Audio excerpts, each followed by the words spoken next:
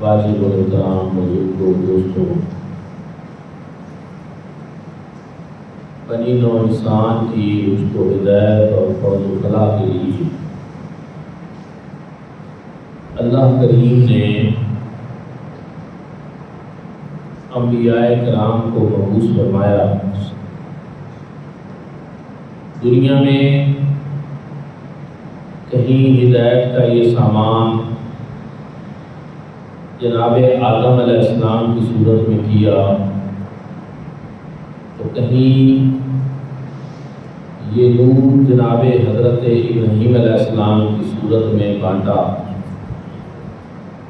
کہیں دنیا کو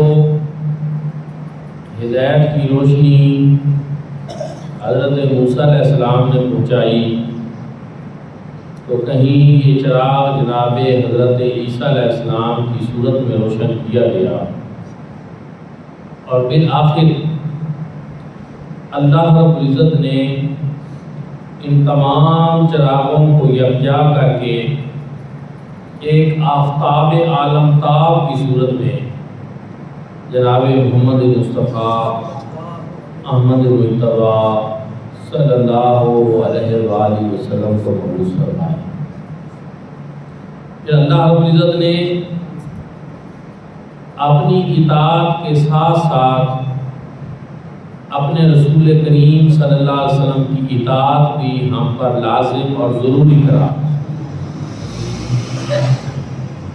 ارشاد فرمایا، یا ایھا الذین آمنوا اطیعوا اللہ واطیعوا الرسول، اے ایمان والو اطاعت کرو اللہ کی اور اطاعت کرو اس کے رسول کی۔ اللہ رب العزت نے صرف اپنی اطاعت کا حکم نہیں دیا، ساتھ اپنے رسول کی اطاعت کا حکم دیا۔ دونوں ضروری ہیں، اللہ کی اطاعت بھی ضروری ہے، اس کے رسول صلی اللہ علیہ وآلہ وسلم کی اطاعت بھی ضروری ہے۔ اب یہاں سے ایک پتہ تو یہ چلا، اللہ رب العزت اپنے محبوب کریم صلی اللہ علیہ وآلہ وسلم کو اپنے سے جدا نہیں کرنا چاہتے،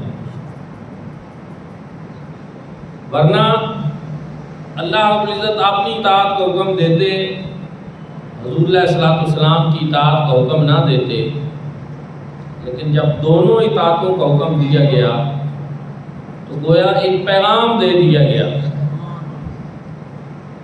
کہ اللہ کے دروازے بھی پہنچو اور اس کے رسول صلی اللہ علیہ وسلم کے دروازے پہ بھی پہنچو، اللہ کی بات بھی مانو اور اس کے رسول کریم صلی اللہ علیہ وسلم کی بات بھی مانو۔ اس سے یہ بھی پتہ چلا کہ قرآن بھی ضروری ہے اور حدیث بھی ضروری ہے۔ قرآن کی اطاعت بھی ضروری ہے، سنت مبارکہ بھی ضروری ہے، دونوں کی حجیت اس آیت کریمہ سے ثابت ہے۔ اطیعوا اللہ قرآن کی اطاعت، اطیعوا رسول سنت کی اطاعت، تو یہ چیزیں ثابت شدہ ہیں قرآن پاک سے۔ لیکن اللہ رب العزت نے قرآن مجید فرقان حمید میں ایک جگہ تو پھر کمال ہی ارشاد فرما دیا، فرمایا وَمَن یُطِعِ الرَّسُولَ فَقَدْ اطاع اللَّهَ، میرے رسول کی اطاعت ہی اللہ کی اطاعت۔ جب اس میں ہم غور کرتے ہیں تو ہمیں پتہ چلتا ہے کہ اللہ رب العزت کو اپنے محبوب کریم صلی اللہ علیہ وآلہ وسلم سے بڑا پیار ہے، بڑی محبت ہے، اور اس کائنات پر اللہ رب العزت کے جو خلیفہ اعظم ہیں زمین کے اوپر، وہ حضور نبی کریم صلی اللہ علیہ وآلہ وسلم ہے۔ خلیفہ نائب ہوتا ہے، اور نائب حجاب نہیں ہوتا، بادشاہ کا نائب اس کا حجاب نہیں ہوتا، بادشاہ کا نائب اس کا غیر بھی نہیں ہوتا۔ اب بادشاہ کے نائب کی تعظیم اور توقیر بادشاہ کی تعظیم اور توقیر ہوتی ہے۔ جب اللہ نے زمین پر اپنی خلافت جو ہے، خلافت عظمیٰ حضور نبی کریم صلی اللہ علیہ وآلہ وسلم کو عطا فرما دی، تو پھر پتہ یہ چلا کہ اللہ رب العزت کے بعد اس کائنات میں کسی کا مقام ہے، مرتبہ ہے، عظمت ہے، شان ہے، تو حضور نبی کریم صلی اللہ علیہ وسلم۔ اور اس سے یہ بھی پتہ چلا کہ جب اللہ رب العزت فرما رہے ہیں کہ میرے رسول کی اطاعت ہی میری اطاعت، کوئی فرق نہیں اس میں، اس کی وجہ کیا ہے؟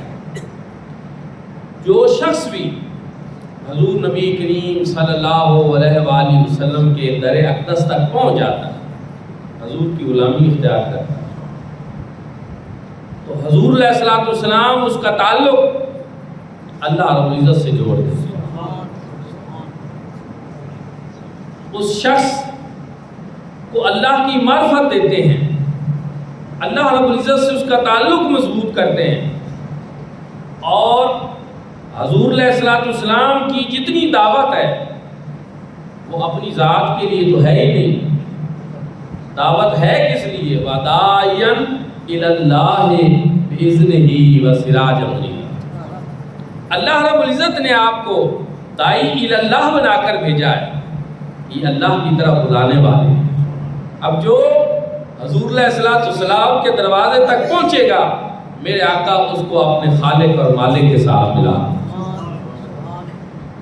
یہی وجہ ہے جتنے کے جتنے صحابہ کرام رضوان اللہ تعالی علیہ مجمعین تھے، سارے کے سارے توحید پرست تھے، اور سارے کے سارے اپنے خالق اور مالک کے ساتھ جڑ گئے۔ جوڑنے والے کون ہیں؟ درمیان میں واسطہ اور وسیلہ کون ہے؟ وہ حضور نبی کریم صلی اللہ علیہ وسلم۔ اللہ رب العزت نے یہ ہمارے لیے کرم نوازی فرمائی، مہربانی فرمائی، آسانی کے راستے پیدا فرمائے کہ ہمیں حضور نبی کریم صلی اللہ علیہ وآلہ وسلم کا دروازہ دکھا، حضور کے در اقدس تک پہنچو، نتیجہ آپ اللہ تک پہنچ جائیں گے۔ حضور کے دروازے تک پہنچنا، اللہ کے دروازے تک پہنچنا ہے۔ حضور علیہ الصلوۃ والسلام کی اطاعت اللہ کی اطاعت ہے، حضور علیہ الصلوۃ والسلام کی اتباع اللہ رب العزت کی اطاعت ہے، اور حضور علیہ الصلوۃ والسلام کی اتباع اللہ رب العزت کے محبوب بننے کا ذریعہ۔ قل ان کنتم تحبون اللہ فاتبعونی یحببکم۔ حضور علیہ الصلوۃ والسلام کی نافرمانی اللہ کی نافرمانی، اور حضور علیہ الصلوۃ والسلام کی محبت اللہ کی محبت ہے۔ حضور علیہ الصلوۃ والسلام کا مارنا اللہ کا مارنا ہے، حضور علیہ الصلوۃ والسلام کی بیعت اللہ کی بیعت ہے، اور یہ ساری چیزیں قرآن سے ثابت ہیں۔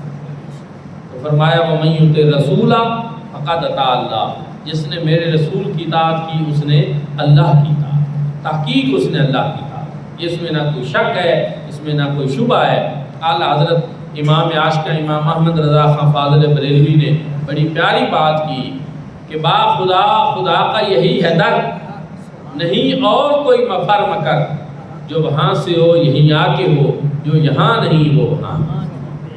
حضور علیہ الصلوۃ والسلام کے دروازے تک جو پہنچ گیا اس نے اللہ کا دروازہ پا لیا، جو حضور کے در تک پہنچا وہ اللہ کے در تک پہنچا، جس نے حضور کی اطاعت کی اس نے اللہ کی اطاعت کی، جس نے حضور سے محبت کی اس نے اللہ سے محبت کی۔ صحابہ کرام رضوان اللہ تعالی علیہ مجمعین وہ نفوس قدسیاں ہیں کہ جنہوں نے اطاعت مصطفیٰ صلی اللہ علیہ وآلہ وسلم کا صحیح معنوں میں مفہوم سمجھا، اس پر عمل کیا، اور آج ہمارے لیے ان کی زندگیاں مشعل راہ ہیں۔ بہترین نمونہ ہے کہ صحابہ کرام رضوان اللہ تعالی علیہ مجمعین صرف نماز روزے کی پابندی نہیں کرتے تھے، نماز روزے کے ساتھ ساتھ ان کی حضور علیہ الصلوۃ والسلام سے محبت، عشق، تعظیم اور توقیر اس میں ایک والہانہ پن ہوتا تھا۔ اور وہ حدوں سے بڑھ کر، جس طرح اللہ کا حکم ہے وَتُوَزِّرُوهُ وَتُوَقِّرُوهُ، کہ حدوں سے بڑھ کر حضور علیہ الصلوۃ والسلام کی تعظیم اور توقیر، وہ اس طرح کرتے تھے۔ اور حضور نبی کریم صلی اللہ علیہ وآلہ وسلم کی اطاعت بجا لاتے تھے۔ اس کی بہت ساری مثالیں ہیں۔ جناب سیدنا صدیق اکبر رضی اللہ تعالیٰ عنہ، جب حضور نے ارشاد فرمایا غزوہ تبوک کے موقع پر اپنا مال لیا، حضور علیہ السلام نے یہ نہیں ارشاد فرمایا کہ سارا مال لیا، میں مال لے آؤ۔ اب ہر ایک نے حسب توفیق لانا تھا۔ سیدنا صدیق اکبر گھر کا سارا مال و اسباب لا کر دیا۔ اب یہ کیا ہے؟ یہ محبت اور عشق میں انتہا ہے۔ اور اپنے بال بچوں گھر والوں کے لیے کچھ بھی نہیں بچایا، سب کا سب کچھ لا کر حضور کی بارگاہ میں پیش کر دیا۔ حضور نے پوچھا صدیق گھر میں کیا چھوڑ کر آئے ہو؟ جواب دیا آپ کہ الحم اللہ و رسولہ، گھر میں اللہ اور اس کا رسول چھوڑ کر آئے۔ حضرت اقبال نے ترجمانی کی اس آپ کے ارشاد کی کہ پروانے کو چراغ بلبل کو پھول، بس صدیق کے لیے ہے خدا اور اس کا رسول۔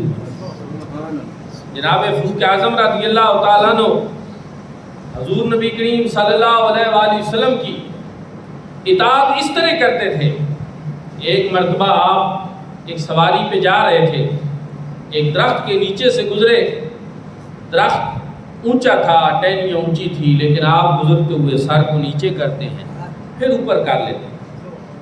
دوستوں نے پوچھا حضور کو سمجھ نہیں آئی، درخت تو اونچا ہے، ٹہنیوں سے سر ٹکرانے کی بظاہر کوئی وجہ نظر نہیں آ رہی، لیکن آپ جواب دیتے ہیں کہ آج اگرچہ ایسی کوئی وجہ نہیں، لیکن میری ان آنکھوں میں آج بھی وہ منظر موجود ہے کہ جب یہ درخت ابھی چھوٹا تھا، اس کی ٹہنیاں جھکی ہوئی تھی اور حضور نبی کریم صلی اللہ علیہ وآلہ وسلم اس درخت کے نیچے سے سواری پہ گزرے تھے۔ میرے آقا نے اس وقت اس درخت کی ٹہنیوں سے بچنے کے لیے اپنی گردن جھکائی تھی، پھر اونچی کر لی تھی، میں تو فقط اپنے یار کی یاد کو زندہ کر رہا ہوں۔ یعنی صحابہ کرام کوئی کام وجہ کے لیے نہیں کرتے تھے کہ اب ٹہنیاں اونچی ہیں یا نیچی ہیں، نہیں، وہ یہ دیکھتے تھے حضور نے یہاں پہ کیا کیا، میرے آقا کی سنت کیا ہے، حضور کا طریقہ کیا ہے۔ اور اس میں ایک محبت تھی، اتباع محبت کی وجہ سے تھی اور اطاعت محبت کی وجہ سے تھی۔ حضرت عثمان غنی رضی اللہ تعالیٰ عنہ ایک مرتبہ وضو فرمایا، وضو فرمانے کے بعد آسمان کی طرف دیکھا اور مسکرا دی۔ دوستوں نے پوچھا جناب آپ مسکرا رہے ہیں جبکہ ایسی کوئی آپس میں ہماری بات نہیں ہوئی جس پہ مسکرایا جائے؟ میں آج تو ایسی کوئی بات نہیں ہوئی، لیکن میری ان آنکھوں میں آج بھی وہ منظر موجود ہے جب میرے آقا نے یہیں پہ وضو فرمایا تھا۔ حضور علیہ السلام وضو فرمانے کے بعد کھڑے ہوئے آسمان کی طرف دیکھا، میرے آقا مسکرائے تھے، میں تو فقط اپنے یار کی یاد کو زندہ کر رہا ہوں۔ وہ کسی نے کہا ہے کہ نماز محبت ادا کر رہا ہوں، کسی کی ادا کو ادا کر۔ صحابہ کرام جو نماز پڑھتے تھے، جو طریقہ اپناتے تھے، وہ اس لیے کہ اس میں حضور علیہ السلام کی ادائیں، مجھے کام کیا تھا رکوع سے، مجھے خبر کیا تھی سجود کی، تیرے نقش پاک کی تلاش تھی جو جھکا رہا میں نماز۔ حضرت عبداللہ ابن عباس حج کے لیے گئے تو ہر اس جگہ خیمہ لگایا جہاں حضور علیہ السلام حج پہ جاتے ہوئے خیمہ لگایا، وہاں نوافل پڑھے اور اس طرح پھر حج کیا ایک ایک چیز کو۔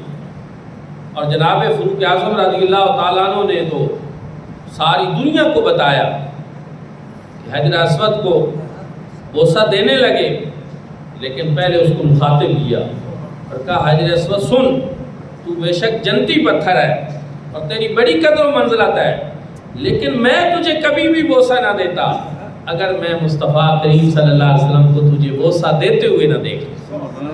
یعنی ہماری تو اس سے محبت کی وجہ یہ ہے کہ ہمارے آقا نے تجھے بوسہ دیا، حضور نے تو اس سے پیار کیا۔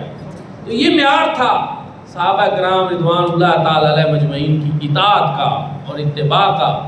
تو ان کے دلوں میں جو حضور علیہ الصلوۃ والسلام کی اطاعت تھی وہ محبت کی وجہ سے. اطاعت کی 3 قسمیں ہوتی ہیں: اطاعت بالخوف، اطاعت بالغرض اور اطاعت بالمحبت. اگر کسی کا خوف ہو، بندہ اس کی بات مان لیتا ہے اس کے ڈر کی وجہ سے. کوئی بڑا حاکم ہو، آرڈر آ جائے مان لیتا ہے، نہ چاہتے ہوئے بھی. دل تو نہیں کہہ رہا جی بات تو غلط ہے لیکن اب کیا کریں جی مجبور ہے، مان لیتا ہے. لیکن یہ اطاعت مجبوری والی ہوتی ہے، خوف والی ہوتی ہے، اس میں محبت نہیں ہوتی. دوسری چیز ہے اطاعت بالغرض. کسی سے لالچ ہے، کام نکلوانا ہے، اس کی بندہ باتیں مانتا چلا جاتا ہے لیکن دل میں اس کام پہ راضی نہیں ہے، یہ اطاعت بالغرض ہے. اور یہ دونوں قسمیں جو ہیں اطاعت بالخوف اور اطاعت بالغرض، یہ عارضی ہوتی ہیں، وقتی ہوتی ہیں، پکی نہیں ہوتی، دائمی نہیں ہوتی. لیکن ایک تیسری قسم ہے اطاعت بالمحبت. کسی سے محبت ہو جائے اور اس محبت کی وجہ سے انسان محبوب کی اداؤں کو اپناتا چلا جائے. اسی لیے امام شافعی رحمۃ اللہ تعالی علیہ نے فرمایا تھا کہ لو کان حبک صادقا مطیع. اگر تجھے اپنے محبوب سے سچی محبت ہے تو پھر تو اس کی اطاعت کرنے والا ہے. کیونکہ سچی محبت اطاعت کے اوپر اکساتی ہے، ابھارتی ہے. لیکن محبت کیسے پیدا ہوتی ہے؟ محبت کے 3 لوازمات ہیں جن کی وجہ سے کسی سے محبت ہوتی ہے. ایک تو یہ کہ حسن و جمال کو دیکھ کر، دوسری وجہ کسی کے کمال کو دیکھ کر، اور چوتھی وجہ دوسری وجہ کسی کے کمال کو دیکھ کر، اور تیسری وجہ کسی کے جود و نوال کو دیکھ کر. کوئی خوبصورت ہو، حسن والا ہو، اس سے محبت ہوتی ہے. اس کے اندر کمالات ہوں، ان کو دیکھ کر محبت ہوتی ہے. اور وہ بڑا سخی ہو، نوازنے والا ہو، عطا کرنے والا ہو، اس کی وجہ سے اسے محبت ہوتی ہے. تو حضور نبی کریم صلی اللہ علیہ وآلہ وسلم کو تو اللہ رب العزت نے ایسا پیکر رانا بنایا تھا اور ایسا حسین پیکر بنایا تھا کہ آپ کے حسن و جمال جیسا کسی کا حسن و جمال نہیں، آپ کے کمال جیسا کسی کا کمال نہیں، اور آپ کے جود و نوال جیسا کسی کا جود و نوال نہیں.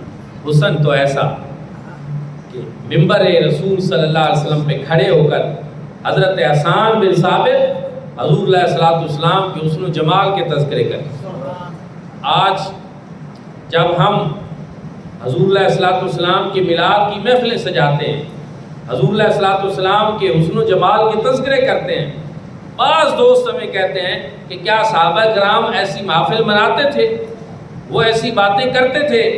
تو آپ دیکھیں کہ منبر رسول صلی اللہ علیہ وسلم ہے اور حضور علیہ الصلوۃ والسلام فرما رہے ہیں حسان آج میرے منبر پہ کھڑے ہو اور میری نعت سناؤ، اور پھر ان کے لیے دعا کر رہے ہیں اللہم ایدو بروح القدس، اے اللہ جبریل امین کے ذریعے حسان بن ثابت کی مدد کرو.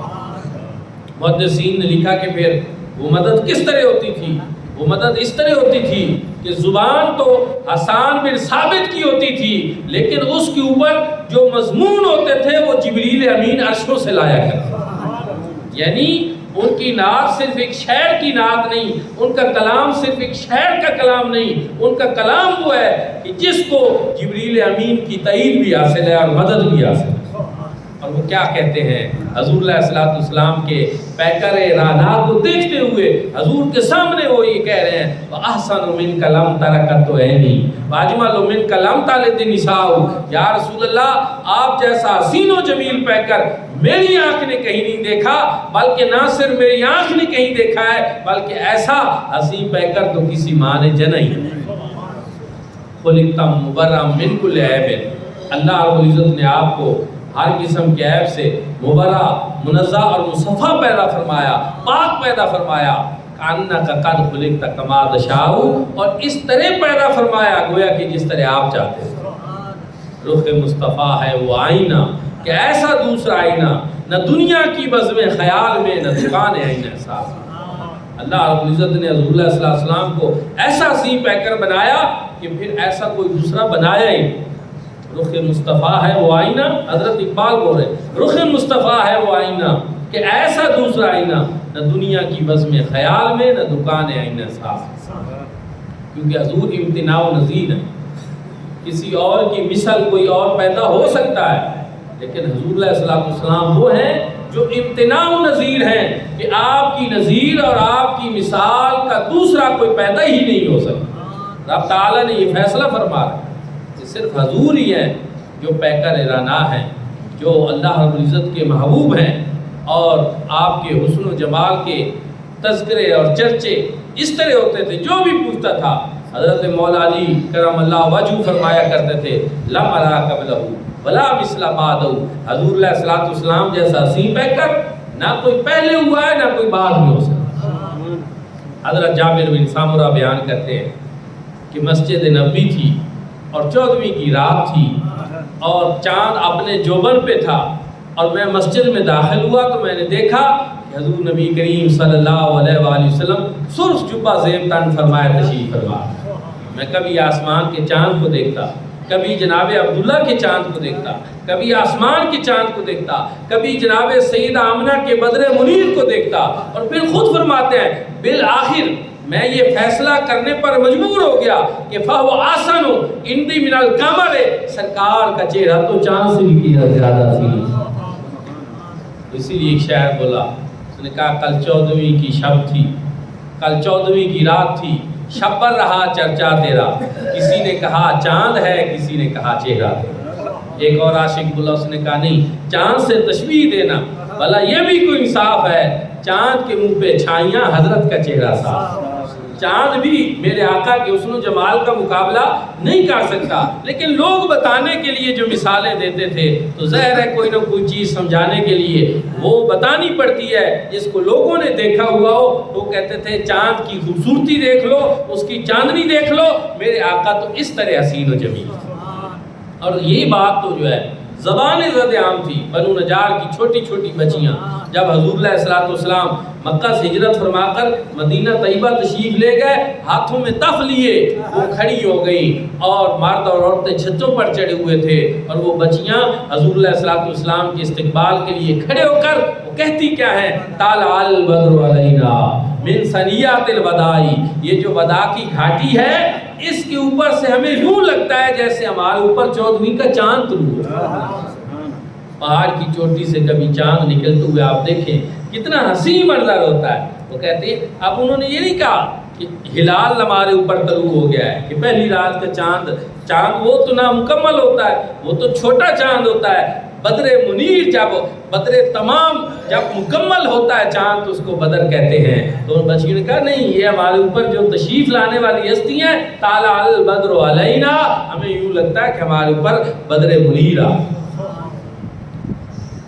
واجب شکر علینا ما ادا للہ دائی، اور ہم پر اللہ کا شکر ادا کرنا واجب ہے جب تک اللہ کو پکارنے والا پکارتا ہے۔ کیوں؟ اس لیے کہ اللہ کی پہچان کس نے دی؟ اللہ رب العزت کی طرف ہمیں بلایا کس نے؟ رب تعالیٰ کی توحید کی معرفت کس نے دی؟ حضور علیہ السلام سے۔ تو جب بھی اللہ کا نام بلند ہوگا ہم اللہ کا شکر ادا کریں گے اس بات کے اوپر کہ حضور تشریف لائے اور ہمیں اللہ رب العزت کا عرفان نصیب۔ آج جب اللہ اکبر کی صدا بلند ہوتی ہے، آپ اور میں ہم سب جو ہیں ایک اللہ کے حضور سر بسجود ہوتے ہیں، نہ کسی بت کے سامنے جھکتے ہیں، نہ کسی گائے کے سامنے جھکتے ہیں، نہ چاند اور سورج کی پرستش کرتے ہیں۔ یہ ساری چیزیں ان کی اپنے اپنے دور میں لوگ پوجا کرتے رہے، ان کو خدا مانتے رہے۔ آج بھی کچھ لوگ ہیں جو گائے کو خدا مانتے ہیں، جو پتھروں کو خدا مانتے ہیں، جو بتوں کو سجدہ کرتے ہیں، لیکن آج بھی الحمدللہ ایک بھی کلمہ گو مسلمان ایسا نہیں جو کسی بت کو خدا مانتا۔ ہم سب جھکتے ہیں تو اللہ کے حضور جھکتے ہیں، سر بسجود ہوتے ہیں، ایک خدا کے سامنے اپنا ماتھا ٹیکتے ہیں۔ یہ کیا ہے؟ یہ شعور ہمیں کس نے دیا؟ اور یہ کس کے آنے سے اللہ رب العزت کا عرفان ہمیں نصیب ہوا؟ تو مجھے کہنے دیجیے مصطفیٰ کریم صلی اللہ علیہ وسلم کی آمد کی برکت۔ رب تعالیٰ نے اپنا تعارف خود تو نہیں کرایا، رب تعالیٰ نے اپنی پہچان خود نہیں کرائی، اپنے محبوب کی زبانی۔ رب تعالیٰ نے یہ نہیں فرمایا هو اللہ احد، میں ایک ہوں، اللہ ایک ہے، نہیں، فرمایا کل هو اللہ احد۔ آپ اپنی زبان حق ترجمان سے یہ اعلان کریں کہ اللہ ایک ہے۔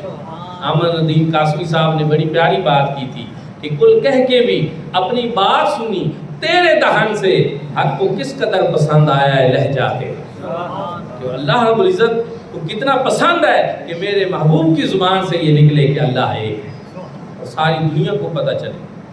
حضرت اقبال جب جرمنی میں تعلیم حاصل کر رہے تھے تو وہاں ایک پروفیسر صاحب ان کے جو استاد تھے، کیونکہ یہ فلسفہ وہاں پڑھ رہے تھے، انہوں نے کہا فلسفی تو وہ ہوتا ہے جو ہر چیز کی وجہ کے اوپر غور کرتا ہے، اس کے پاس دلیل ہوتی ہے۔ انہوں نے کہا اقبال تم بتاؤ تم بھی اللہ کو ایک مانتے ہو؟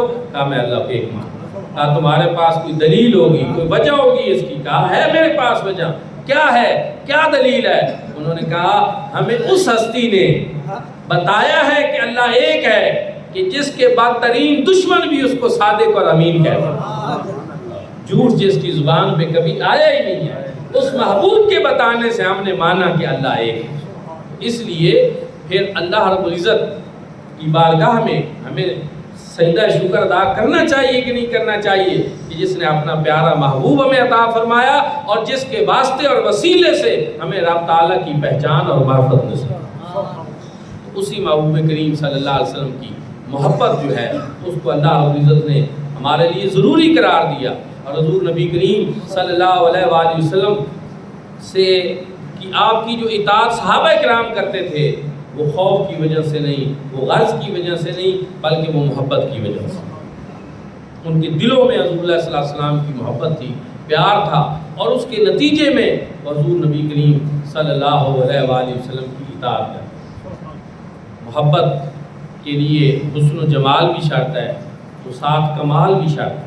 اللہ رب العزت نے جو کمالات، بلکہ لکھنے والوں نے لکھا کہ حضور علیہ الصلوۃ والسلام جامع الاوصاف تھے اور جامع الکمالات تھے، کہ اللہ نے جتنے اوصاف پہلے انبیاء کو عطا فرمائے وہ سارے کے سارے اوصاف اپنے محبوب کریم صلی اللہ علیہ وسلم، اور اللہ رب العزت نے جتنے کمالات پہلے انبیاء کو عطا فرمائے وہ سارے کے سارے کمالات حضور صلی اللہ علیہ وسلم، اور اللہ رب العزت نے جتنے معجزات پہلے انبیاء کو عطا فرمائے وہ سارے کے سارے معجزات اپنے محبوب کریم صلی اللہ علیہ وسلم۔ امام یوسف بن اسماعیل نبہانی نے ایک کتاب لکھی ہے، عربی میں ہے، وہ مصر کے جامع ازہر کے ایک بہت بڑے عالم تھے، بہت بڑی ہستی تھے، بعض لوگوں نے ان کو مجدد تسلیم کیا ہے۔ انہوں نے حضور اللہ صلی اللہ علیہ وسلم کے معجزات پہ کتاب لکھی حجت اللہ علی العالمین، اور اس کے اندر انہوں نے اس چیز کے اوپر بطور ثبوت اور بطور دلیل انہوں نے پہلے کسی نبی کا ایک معجزہ بیان کیا، پھر اسی طرح کا معجزہ حضور علیہ السلام کا، پھر انہوں نے پہلے کسی نبی کا معجزہ بیان کیا، پھر اسی طرح کا معجزہ حضور علیہ السلام کا، اور آخر میں وہ یہ کہتے ہیں کہ اللہ نے جتنے انبیاء کو معجزے عطا فرمائے اس طرح کا کوئی نہ کوئی معجزہ حضور علیہ السلام کو بھی عطا فرمایا، اور بلکہ بہت سارے ایسے معجزات بھی حضور کو عطا فرمائے جو پہلے انبیاء کو عطا نہیں فرمائے۔ یعنی حضور علیہ السلام کے معجزات پہلے سارے انبیاء کے معجزات اکٹھے کریں تو اکیلے حضور علیہ السلام کے معجزات ان سے زیادہ بڑھ گئے۔ یہ شانیں، یہ کمالات، یہ اوصاف اللہ نے حضور نبی کریم صلی اللہ علیہ وآلہ وسلم کو عطا، اور آپ کے کمالات کا آپ اندازہ لگانا چاہتے ہیں کتنے معجزات ہیں جن کو بیان کیا جائے۔ حضرت ابو ہریرہ حاضر ہوئے، عرض کرتے یا رسول اللہ مجھے کوئی چیز یاد نہیں رہتی۔ حضور نبی کریم صلی اللہ علیہ وآلہ وسلم نے ارشاد فرمایا ابسط رداءک یا ابا ہریرہ، ابو ہریرہ اپنی چادر بچھا۔ انہوں نے چادر بچھا دی، حضور علیہ السلام نے اس طرح چلو بھرا، چادر کے اندر ڈالا، پھر چلو بھرا چادر کے اندر ڈالا، پھر چلو بھرا چادر کے اندر ڈالا، اس میں ابو ہریرہ اس چادر کو اٹھاؤ اور اپنے سینے سے لگاؤ۔ انہوں نے چادر اٹھایا، سینے سے لگایا۔ وہ خود بیان کرتے ہیں کہ پہلے مجھے کوئی چیز یاد نہیں رہتی تھی، اب کوئی چیز بھولتی نہیں۔ حضور نے جو حافظہ عطا فرمایا، اور یہی وجہ ہے کہ ان سے کثرت کے ساتھ روایات جو ہیں وہ بیان کی گئی ہیں کہ اللہ نے ان کو حضور علیہ الصلوۃ والسلام کی عطا سے بہت زیادہ حافظہ عطا فرمایا۔ حضرت عکاشہ جنگ میں ہیں اور ان کی تلوار ٹوٹ گئی، حاضر بارگاہ ہوئے، عرض کی یا رسول اللہ مجھے تلوار عطا فرمائی۔ حضور علیہ السلام کے پاس اس وقت کوئی اضافی تلوار تو نہیں تھی، کھجور کی ایک خشک چھڑی تھی۔ حضور علیہ السلام نے اس کو اٹھایا، وہ کھجور کی خشک چھڑی تھی، فضا میں لہرایا، کھجور کی خشک چھڑی تھی، اور فرمایا عکاشہ یہ تلوار لے۔ ابھی حضور کا اتنا فرمانا تھا، وہ کھجور کی خشک چھڑی لوہے کی تلوار، اور صرف یہ نہیں کہ وہ اس جنگ میں رہی، بلکہ بعد میں حضرت عثمان غنی رضی اللہ تعالیٰ عنہ کے دور تک وہ ان کے پاس رہی اور وہ لوہے کی تلوار بنی۔ تو یہ کیا ہے؟ یہ میرے آقا کے کمالات ہیں، یہ حضور علیہ السلام کے معجزات ہیں۔ ایک بات اور عرض کرنا چاہتا ہوں کہ بعض لوگ جو ہیں وہ ان کمالات کو نہیں مانتے، وہ کہتے ہیں کہ یہ معجزات، یہ کمالات، یہ چیزیں ہماری عقل میں نہیں آتی، ہم ان کو نہیں مانتے۔ لیکن یاد رکھیں، تورات اگر دیکھیں اور انجیل دیکھیں تو اس کے اندر حضرت عیسیٰ علیہ السلام کے اور حضرت موسیٰ علیہ السلام کے معجزات بھی موجود ہیں، لیکن چونکہ ہمارے یہاں تورات اور انجیل کو کوئی پڑھتا نہیں ہے تو کسی کو پتہ نہیں ہے، اور عیسائی جو مستشرقین لوگ ہیں، یورپی مبلغین جو ہیں عیسائیت کے اور یہودیت کے، جب ان سے بات کی جائے کہ تمہاری اپنی کتابوں میں تمہارے انبیاء کے جو معجزات ہیں ان کے بارے میں تمہارا کہنا کیا ہے، تو وہ کہتے ہیں جی وہ تو برحق ہیں، معجزہ تو ہوتا ہے، وہ اللہ کی نشانی ہوتا ہے، وہ اللہ کی دلیل ہوتا ہے، اور ان کے پاس اللہ کی طرف سے معجزات تھے۔